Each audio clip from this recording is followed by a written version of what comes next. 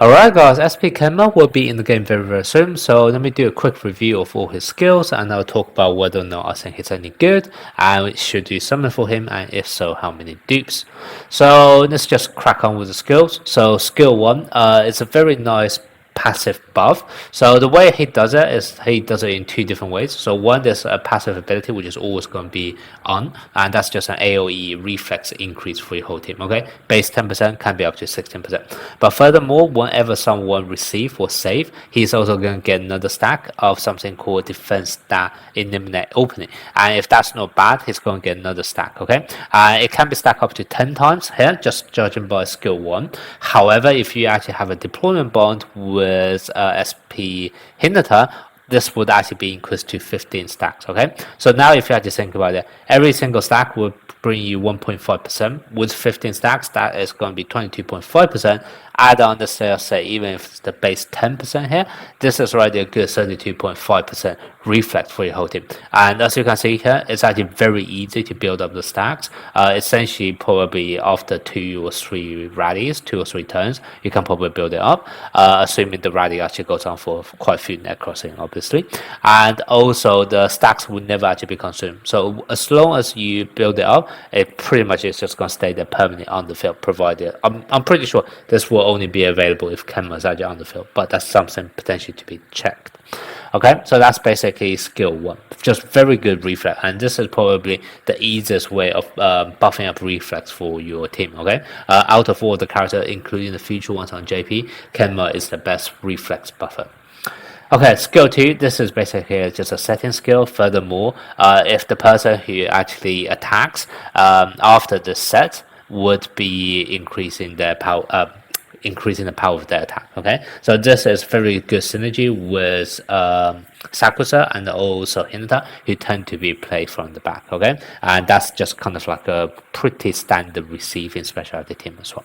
So this is also a pretty nice and easy skill.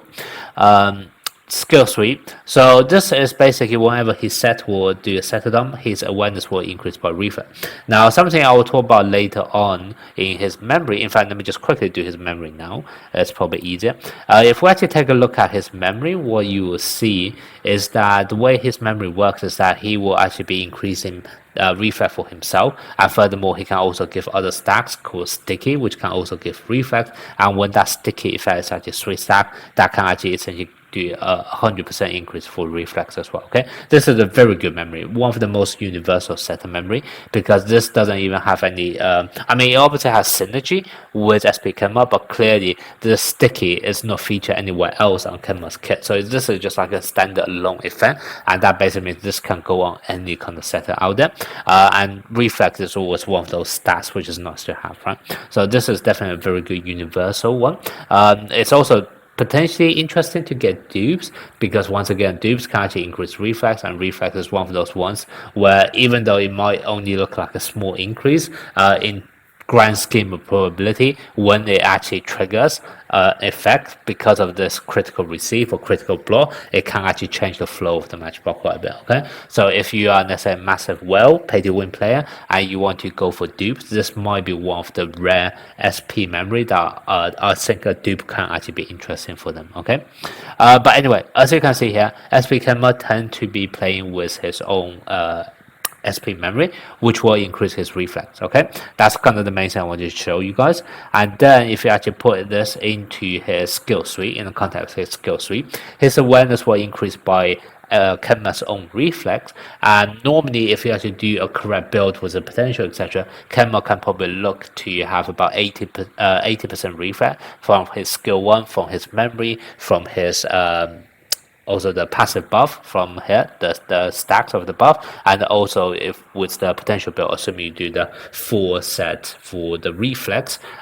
So it's just very easy to build up reflex for Kenma, and if you do have, say, let's say 80% reflex, and let's say even at the lowest level, that's already a 32% increase to awareness, which is once again a really nice buff for himself.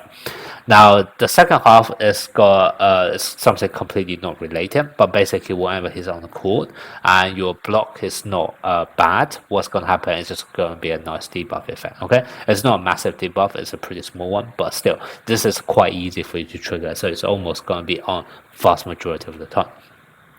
Now let's move on to skill 4. So this is actually a setter dump. However, it does have a nice effect, which is that after the setter dump, the first opponent who spikes would have their power of that spike reduced by 40%. Now this is actually a really nice debuff. However, the same with setter dump is that setter dump is never as good as a spike. So you can use this every now and then. For example, if you see your receive is going to be a bad receive, and therefore you know even if you spike, it's very likely going to be a bad spike. In those kind of cases, you kind of know you're going to lose a point no matter what, and you can might as well just use the setter dump, and that can actually have this nice debuff ability, which might actually help to turn the match around. Okay, so that's normally the location or the timing of when you want to do a setter dump. It's still never going to be able to score more points than a normal spike. I normally think of this just as a way to maybe stall the match for a tiny bit longer. Maybe this debuff can actually turn the match around and turn a bad setter dump into an enemy bad receive and give you one extra chance to win that point. Okay, so that's normally the way I look at this setter dump. Okay, now let's take a look at the skill resonance for SP Kenma. So SP Kenma skill resonance, they're all actually very strong. As skill resonance 2, he basically gains a massive offensive buff, which his base kit doesn't actually have. Okay, if you actually take a look at his base kit, what you realize is all of the buff he provides pretty much like reflect, or he provides some kind of debuff. However, the only actual offensive buff he can provide to teammates is just this mere 20%, which first of all is already quite low in comparison to other setters, especially the SP setters. And then also this is conditional on, first of all, it can only be applied after he does a set, which have a net crossing of a cooldown of 6 net crossing, I believe, and also is conditional on the spike needed to be the back row as well. Okay, so this, first of all, it's not even that high. Second of all, it's very conditional and it's not permanent. So this is definitely a very tiny offensive buff. However, as skill resonance 2, he actually gets something which is a lot more permanent, because now this is actually going to be whenever he sets, so you will actually be able to see this a lot. And what's going to happen is that you would then be able to increase the strength equivalent to the Kenma's reflect. And I did talk about earlier, if you actually build him with the optimal memory and also potential, etc., he can normally get about 80% reflex. Okay, so that then translates to an 80% increase to strength, which is definitely very strong. Then let's take a look at skill resonance 4. This is where I actually think it's going to be like a game changer for him, at least in the short term. And that's because he can actually increase the awareness, decrease the enemy awareness based on how many stacks of this defense that eliminate opening is going to have. Now, if you just have Kenma by himself, it's only 10 stack. However, if you actually play him with SP Hinata, that can actually go up to 15 stack, and furthermore, there's an additional 5% once it exceeds 8 stacks. Okay, so if you actually add up all of this, this is a 20% debuff to opponent awareness and also a 40% debuff to enemy strength. Okay, now this is actually massive, because first of all, it's permanent, it's not conditional or anything. As long as you stack it up, which I did say earlier, it's quite easy to stack it up. You probably just need to take 2 or 3 turns and this will already be stacked up. So this can be essentially be applied for, let's say, 70% of the match, and also it's applied to the entire enemy teams. Okay, now what's making it even more important is actually going to be the perspective. You just think about reduction of awareness. Okay, you can't really think about it as a 20% reduction in one particular stat, because 20% reduction in one particular stat may not actually sound that very high.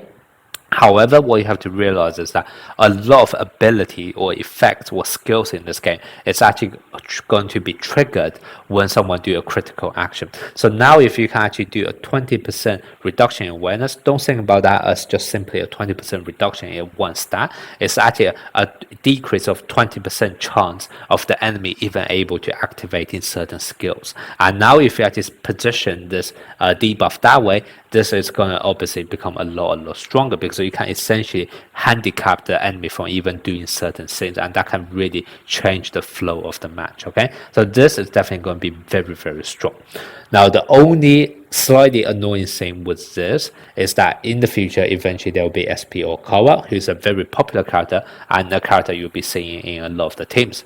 And SP Okawa at base level what very easily can already provide a 30% increase to awareness to the whole team. Okay, so almost like if you actually face a team with SP or cover, because of how much crazy awareness buff he can already provide to the entire team, it will just immediately nullify any kind of debuff your SP Kenma will be able to provide in perspective. Okay, so that's going to be the only downfall in the future, which is that whenever you have an enemy team with SP Okawa, you can pretty much ignore the skill resistance 4 effect because it will hardly make any difference because of how much awareness SP Okawa can already provide to the team. Okay, so that's probably the only downfall, but that's still 6 months down in the future. Okay, so you don't have to worry about that now, but I just want to tell you guys in advance just to make sure whatever decision you guys make is going to be future proof.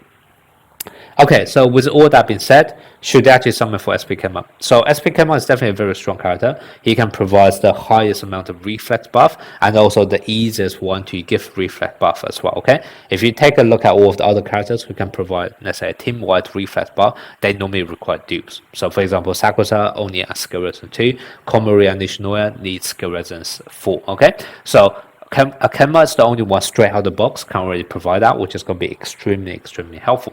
Now, what does a higher reflex actually mean? However, if you actually take a look at all of the characters in this game, right now the only one really shines with a high reflex, or really dependent on high reflex, is just going to be SP Hinata. And also, obviously, with this really strong bond with SP Hinata as well, it's going to be quite obvious where all of the scenarios where SP Kenma is going to shine are going to be the scenarios where you are going to play SP Hinata, and that obviously makes this decision a lot easier.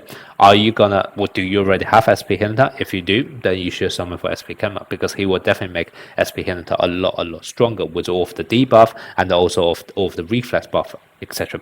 However, if you don't have SP Hinata right now because you just don't like him, you don't have the resources, or you are thinking of only getting SP Hinata doing his rerun, then in those cases you would just skip Kenma. Okay, if you're only gonna get SP Hinata doing rerun, then you should only be getting SP Kenma doing rerun. Okay, I always think SP Hinata will come before SP Kenma. So whether or not you're gonna summon for SP Kenma is gonna be purely dependent on whether or not you have SP Hinata right now already. Now, if you are planning to get SP Kenma, how many dupes should you actually go for? If you're a massive pay-to-win player, I would definitely recommend Skill Resistance 4. This is going to be a massive game changer, okay? It can really cripple loads of enemy teams. However, I did talk about once SP Okawa is going to be out, the impact of this is going to be a lot smaller, okay? So for pay-to-win player, definitely get this. This can make you one of the strongest team for at least the next 6 months before SP Okawa is out. However, let's say if you're more on budget, if you're a bit more careful with your planning, etc., and you don't really want to get a character only for them to fall off in the far future, then I would say probably Kenma can go without any dupes, to be honest.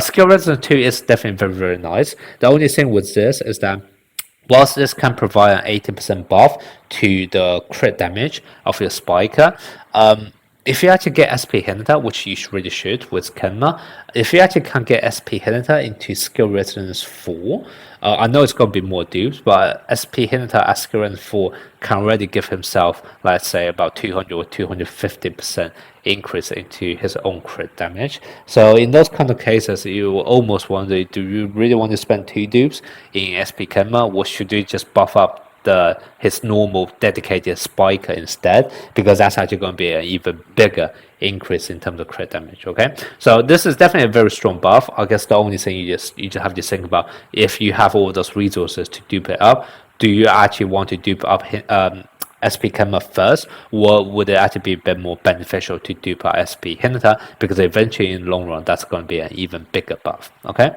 so that's probably going to be my recommendation for skill resistance. But yeah, definitely I think like Kenma is one of those characters who can definitely be very good regardless of the skill resistance level. Higher skill resistance or higher dupes would definitely help him, but it's definitely not going to be mandatory. His core skill, his core ability is definitely coming from his own skill 1. This buff in terms of the reflex and also all of the debuff he can provide. Okay, so yeah, so that's probably going to be my suggestion and also review on SP Kenma. Let me know what you guys think and also whether or not you'll be summoning for him.